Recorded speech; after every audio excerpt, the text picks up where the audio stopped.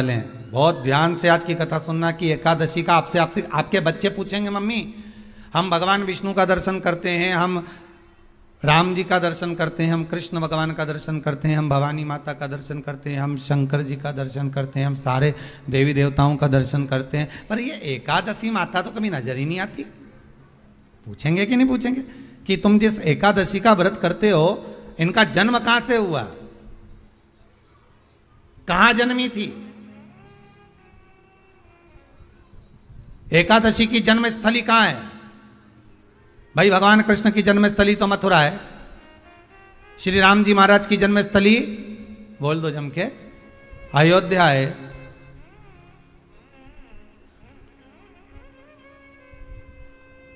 कोई आपसे पूछ ले कि एकादशी की जन्मस्थली कहां है तो आधे लोग तो बाल खुजाने में लग जाएंगे कि एकादशी आखिर पैदा कहां हुई थी, जन्म कहां लिया था, इसका जन्म हुआ कहां था, कहां जन्मी थी ये?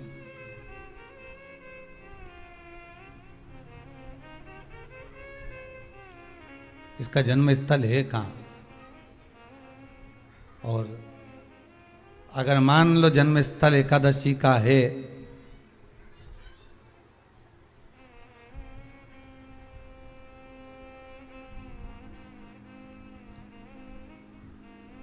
और एकादशी अगर जन्मी है, उसका जन्म हुआ है और दुनिया के लोग इतना व्रत करते हैं, उपवास करते हैं,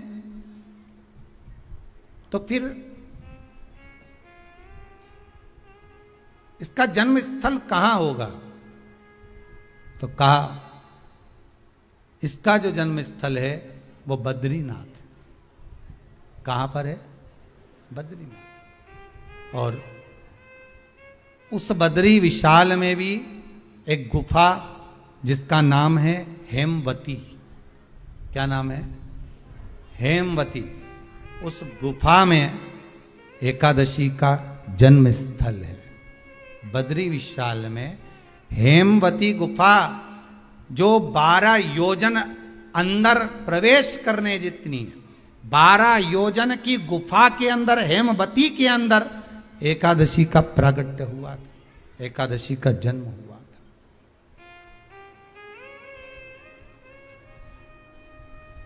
अब तो बता सकते हो ना कि कोई पूछे कि राम जी का जन्म अयोध्या में हुआ, भगवान कृष्ण का जन्म मथुरा में हुआ, और कोई पूछ ले आपका जन्म कहां हुआ था, अपन कह सकते ना सीहोर में हुआ हमारा।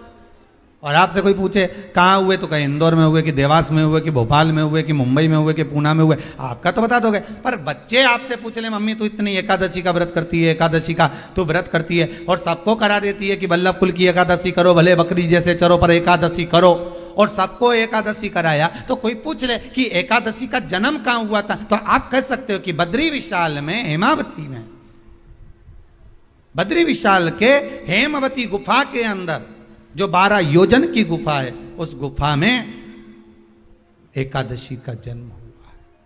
कब हुआ?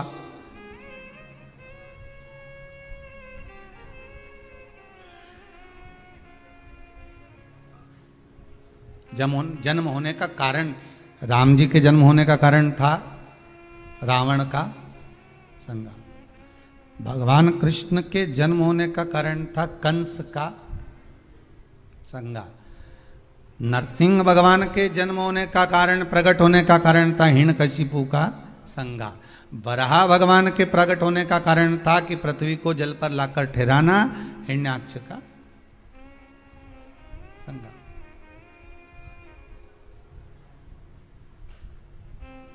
तो फिर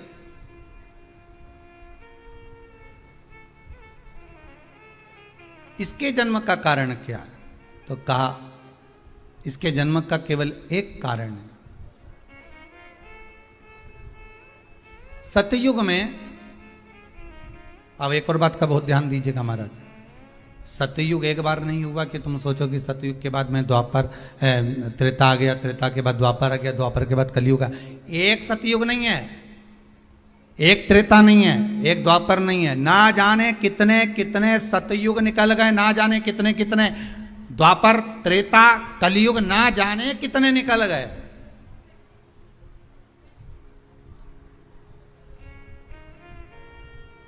और आप और हम जैसे भी इस पृथ्वी पर ना जाने कितने, अरे जम के तो बोलो, निकल गए। पृथ्वी वहीं की वहीं है, जिस मकान में रहते हो वो मकान भी वहीं की वहीं है। बस कभी कभी एकदम प्लाट हो जाता है, फिर उस पर वापिस बन जाता है, फिर क्लीन, फिर बन गया, फिर क्लीन, फिर बन गया। ना जाने कितने कितने कितने कितने जन्म हम ले चुके हैं, और हमारे भी आगे का जन्म कितने जन्म होते रहेंगे। जमीन वहीं की वहीं रह जाएगी और अपन चले जाए, बस वो जगह वहीं रह गई। जो पहले परदादा जी की थी, दादाजी को मिल गई, दादाजी की थी, पिताजी को मिल गई, पिताजी की थी, उनके बेटे को मिल गई, उनके बेटे से उनको बेटों को मिल गई। मिलते मिलते मिलते मिलते कब वो जमीन भी बिक गई समय की अवस्था में, फिर दूसरे की हो गई। और हम सोच कर रह गए कि ये हमारा है, हम इसके लिए लड़ाई करें, झगड़ा करें। हम केवल इस जमीन के लिए, जरा सी प्रॉपर्टी के लिए अदालत में खड़े, अपना समय बर्बाद कर दिया, और जो पाना था वो छोड़ दिया।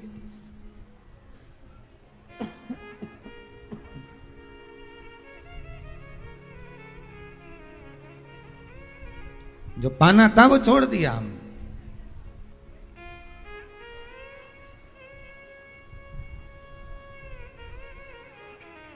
असली रजिस्ट्री तो ये शिव महापुराण की कथा है, जिसमें बैठकर आप 3 घंटा भगवान की भक्ति को जो धारण कर रहे हो, 3 घंटा जो भगवान की कथा को आप श्रवण कर रहे हो, 3 घंटा जो भगवान की भक्ति में आप डूबे हुए हो, 3 घंटा जो भगवत स्मरण में आप लगे हुए हो, बस यही असली रजिस्ट्री है, यही वहां काम आने वाली है। इसके सिवाय कुछ काम नहीं आएगा। धन दौलत माल खजाना सब पड़ा की पड़ा रह जाना,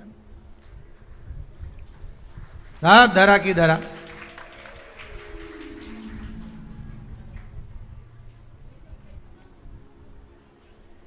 रह गया। वो एक लाइन आप लोग स्मरण करते होंगे, सज धज के जिस दिन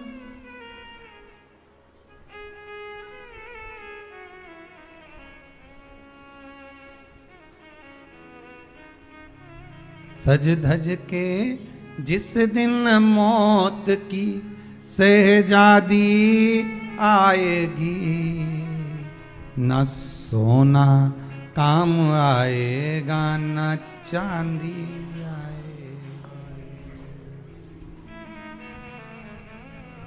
अलमारी में धरा की धरा रह जाएगा,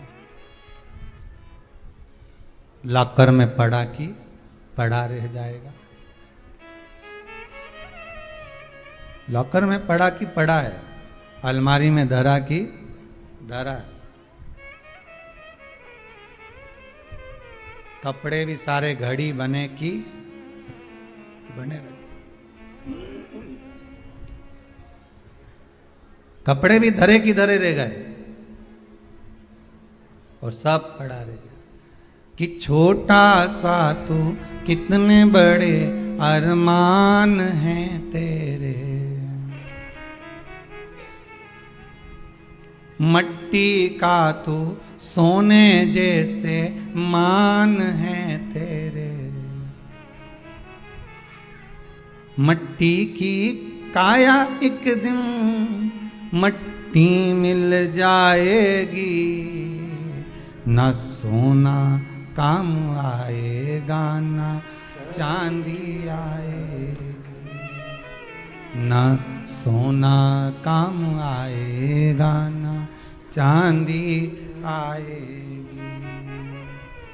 सज धज के जिस दिन मौत